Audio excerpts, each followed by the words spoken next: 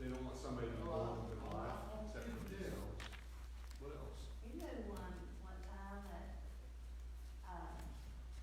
we called the pastor down there and said that the Lord had convicted his heart so much, and now he wanted to be saved, and he didn't feel the Spirit, convicted.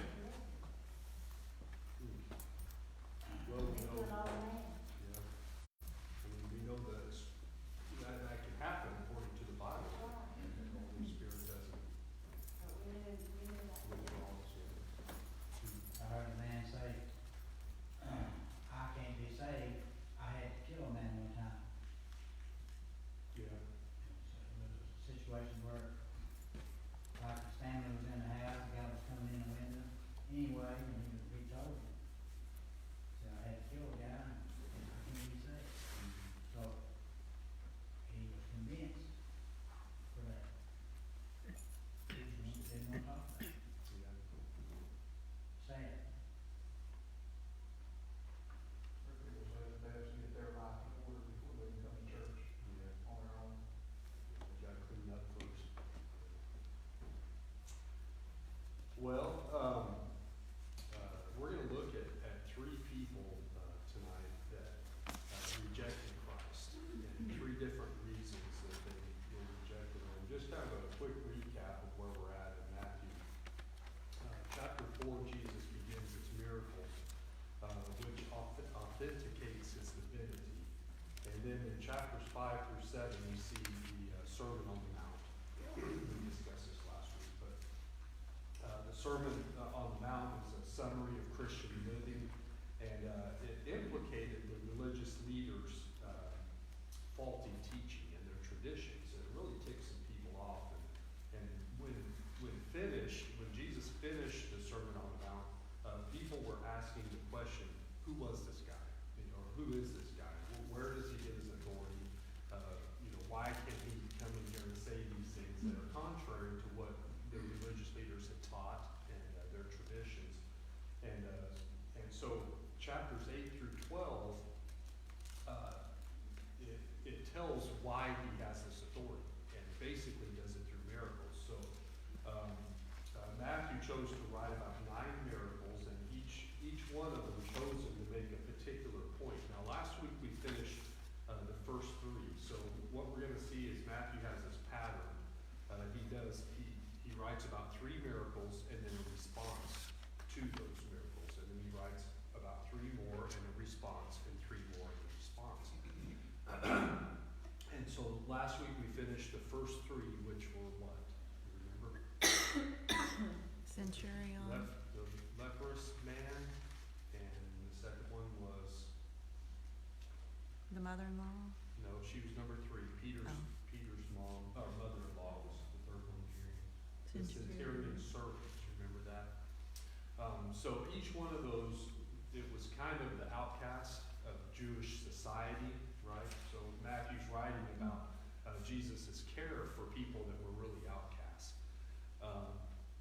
So anyway, today we're going to look at we're going to continue this account and see the response to these miracles that these people had. So we are in Matthew chapter 8, and we're going to pick up in verse 16.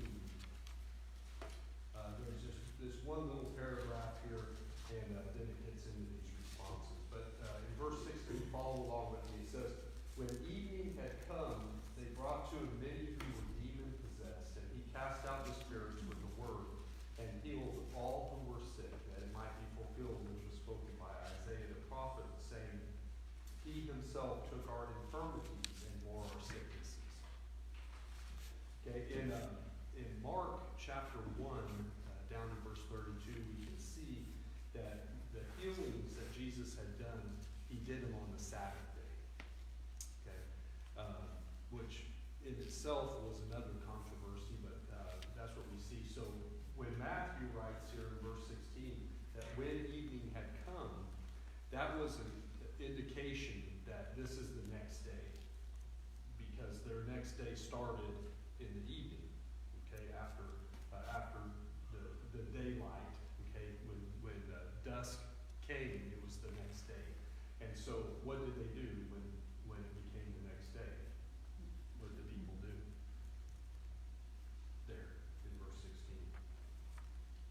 started bringing people, right? Okay, because they couldn't do that on the Sabbath. And so the day after Sabbath, they started bringing all these people who were sick and having issues. And Jesus healed them all. Jesus healed for several reasons. Last week we talked about one, which was to authenticate his authority, to prove to the people that he is God. But we also see him heal because he was very compassionate to the lost and hurting people. But in Matthew chapter 8, verse 17, that we just read, there's a third reason, and that is to fulfill prophecy. It says Isaiah, or it says that it might be fulfilled, which is spoken by Isaiah the prophet, saying, he himself took our infirmities and bore our sicknesses. So Isaiah prophesies that the Messiah would heal all of the infirmities and bear our sicknesses. So this is kind of a twofold fulfillment. Jesus is fulfilling it right there in this current application that we have of thousands of Israelites. But it also has a future fulfillment in that when we receive our glorified bodies, sickness and death will be gone forever. I was hoping I'd get an amen on that. The older I get, the more amen-ish I get about that. To think that, I mean, listen to our prayer request list. Our lives are centered around how we feel and how we are doing, with our physical body. And to think that that those who believe in Christ, there's going to be a day when that is not a factor at all. That we're not even going to be thinking or concerned about our physical well-being because we have glorified bodies that will have no sickness, no ills. We should get up and jump, but we're sore. Anyway, it's a wonderful thought. So anyway, this takes us to verse 18, and this next section of verses could be titled "The Cost of Discipleship." We're going to see these three examples of people who desire to follow Jesus but are unwilling to follow through with the necessary commitment. So let's read a couple verses here. In verse 18 it says, "And when Jesus saw great multitudes about him, he gave a command to depart to the other side. Then a certain scribe came and said to him, 'Teacher, I will follow you wherever you go.' And Jesus said to him," excuse me, Jesus probably didn't cough. Jesus said to him, "Foxes have holes and birds of the air have nests, but the Son of Man has nowhere to lay his head." So this is the first case of someone having a desire to follow Jesus, but they fall short because they like their personal comfort more than their desire to follow. Jesus had a lot of people following him, and they pressed him, and he was weary. Remember, Jesus was human, so he got tired. Thousands of people pressing you all the time, asking, for your help would be tiring. And in fact, in the book of Mark, it records this parallel passage that when they left the Capernaum area around the Sea of Galilee and they were going to the other side of the sea, that Jesus actually fell asleep in the boat. Okay, so he was exhausted. His physical body was exhausted.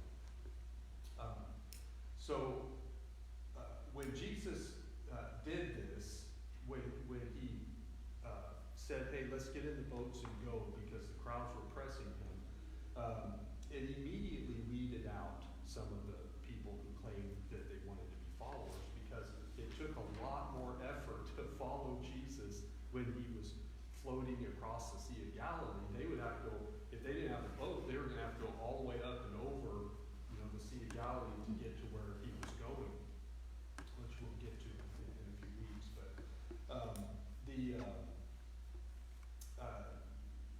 the first man that we have recorded was one of these men who decided, that he wanted to follow, and he was a scribe. Okay, so he was kind of a religious leader. He was a teacher.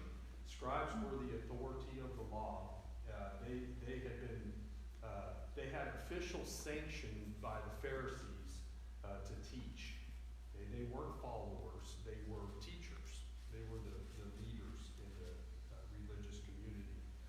So you have kind of this interesting situation when the scribe says he wants to follow Jesus. This is kind of weird, okay, because they were, you followed scribes, you didn't follow, or scribes didn't follow people.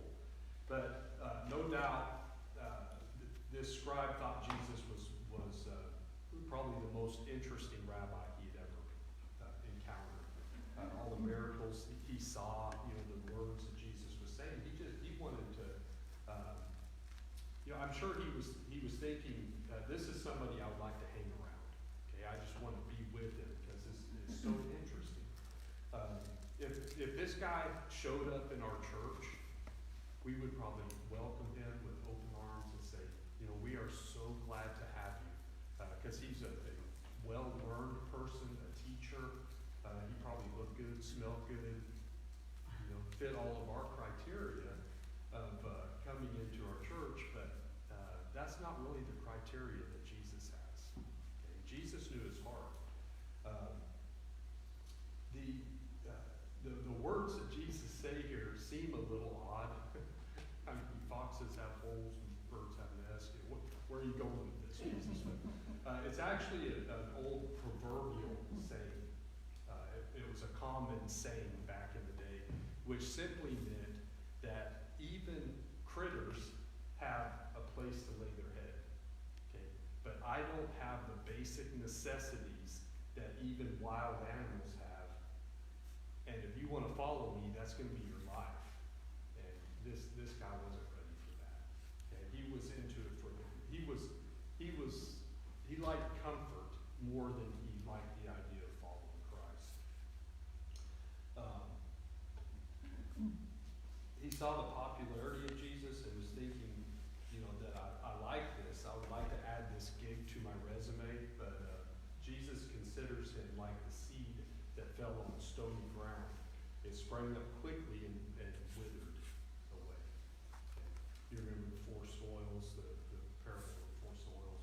So this is where this guy would fall into that. And we see that. People come into church and, they're all excited and they want to turn the world upside down.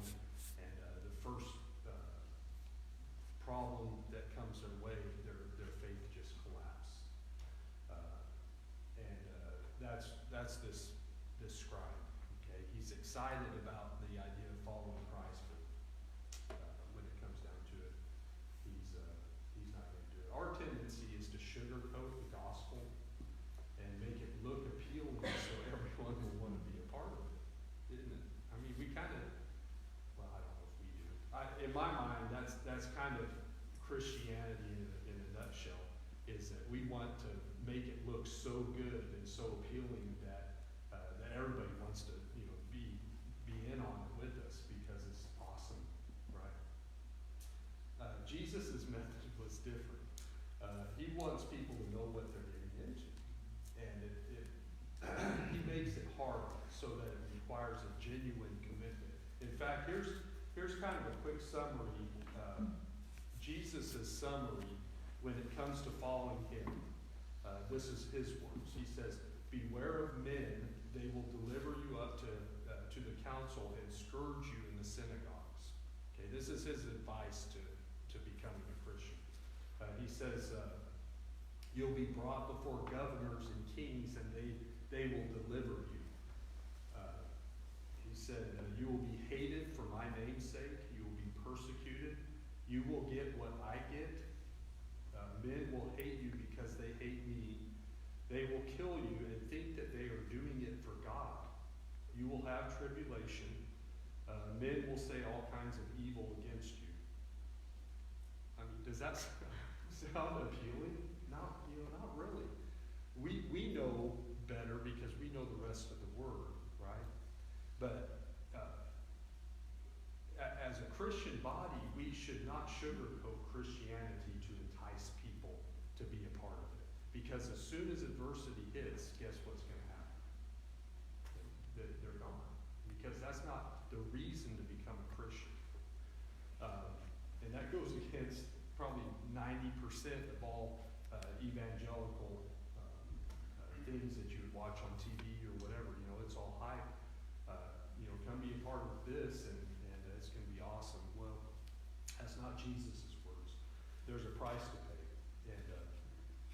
This guy, the scribe, he just wanted to add the excitement and intrigue to his life. All right, the second person we find in the next verses, verse 21, says, Then another of his disciples said to him, Lord, let me first go bury my father. But Jesus said to him, Follow me and let the dead bury their own dead. You know, you can read through this stuff, but if you don't study, that does not sound compassionate, does it? Who wants to leave dad, unburied when you, yeah. So, anyway, at this point, Jesus has a lot of levels of followers, and this talking, it says, then another of his disciples, that verse 21 there, that's a generic use of the word disciple. It just means a learner. Okay, so this was just a guy that was in the crowd, and he's like, yes, I want to follow you. I want to be a follower, but I need to go bury my dad. Okay, well, he's not really saying that. Okay, what he's saying is, because that sounds reasonable to go bury your father. You don't want to leave him laying around unburied, right? So the Jews didn't embalm, so they buried quickly, just a day or two, and they would have him in the ground. Jews usually mourned for 30 days. It was a pretty big ordeal. And maybe as the other followers were getting into the boats, he said, hey, I can't come, but I'll try to catch you guys later. I've got to go bury Dad. But there's more going on here. If you study what was going on, this phrase was kind of a common phrase. And I must go bury my father. It was a common phrase of the day. And it simply means, I've been waiting a long time for my inheritance, so I am going to remain until my dad passes. When I get all my stuff, then I will look you up and follow. Okay? Does that make more sense now? Yeah. So this guy was more concerned about getting what was due him than following Jesus. He's thinking, let me get my stuff, and then, wherever you are, I'll come find you, and we'll have a good time because I'll have my stuff, and then I'll do that. So Jesus says, follow me, let the dead bury their dead. This is a sharp statement. Let the spiritually dead bury, let the spiritually dead bury the physically dead. In other words, let the secular world take care of itself. Okay, because we're talking about spiritual things. And you need to follow me because this is good for your spiritual life, and just forget about the secular world. It doesn't matter. Okay, that's what Jesus is telling you.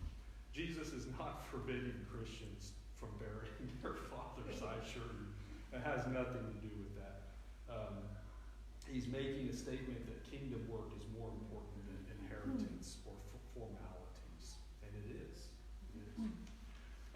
Kind of reminds me of, I think it's like Matthew 19 or something, the person that comes and asks Jesus, good master, what shall I do to inherit eternal life? And what does Jesus tell him? Sell all you have, give to the poor. Yeah. That's the one. That's the one. Does that get you into heaven? No, but Jesus knows his heart, right? What's the obstacle of this guy's faith? The stuff. And what's the obstacle of the guy that we're just reading here? What's his obstacle? It's the stuff. Okay? And so we have the first guy is personal comfort, and the second guy is personal riches. Both of these keep people from following Christ. Now there's a third one, but we don't find him in Matthew. We have to turn over to the book of Luke. So if you want to turn there, Luke chapter 9.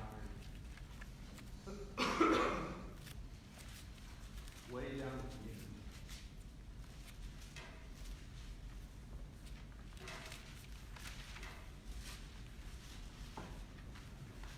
Luke chapter 9, verse 61.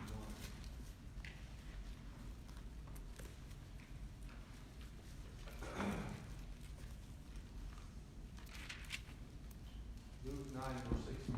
It says, and another also said, Lord, I will follow But let me first go and bid them farewell who are at my house. But Jesus said to him, no one having put his hand to the plow, looking back, is fit for the kingdom. But Jesus has a way with words, doesn't he? Yeah, I read these and I'm like, where are you going with this, Jesus? But anyway. So this guy, he wants to go tell everybody goodbye. He wants to kiss mom and hug dad and I'm off to college kind of thing. Is that kiss mom? So Jesus gives this guy another ancient proverb, saying, no man having put his hand to the plow and looking back is fit for the kingdom. It's very difficult to plow a straight line when you're looking backwards. How many of you gardeners do we have here? You garden, don't you? Do you look backwards when you're plowing? Only when Brenda Harper. I'm not a gardener, but I have planted Christmas trees before, and you don't want to look backwards. In fact, when I'm planting trees, I line myself up with the other trees, and I get my devil. This is a spit zone. Like that, because you don't want to have to mow, like this, which I have to sometimes. I'm not very good at it. But anyway, Jesus knows what's going on here. It is called apron strings. This guy's attached to relationships. He's being controlled by mommy and daddy, and he's wondering, what are they going to say if I follow this guy? What's going to happen? Jesus says in another passage, he who loves his father or mother more than me is not worthy of me. Which, it sounds harsh, but he's trying to make a point here. He's saying that that God must be first in our lives. I think that's a commandment, isn't it? One of the big 10. Love the Lord your God with all your heart, all your soul, all your strength. That's the first commandment. And it kind of summarizes the first 4 of the 10 commandments when you do that. This is a statement about salvation. You must be fully committed in your faith to follow Jesus. You've got to be fully committed. If personal comfort and personal riches or personal relationships stand in your way of your commitment to Christ, you're not fit for the kingdom. That's the point of these passages. Salvation and faith are hard issues. Does Jesus require you to abandon all to follow him? Does he? He did the disciples. I think he does with our hearts. I think he requires a complete abandoning of our heart. Our stuff, maybe. Maybe he will require your personal comfort from you, or your stuff, or your relationships, but maybe not. Okay? Maybe you can be saved and follow Christ and maintain all that stuff. I don't know. But in your heart, it requires abandoning yourself.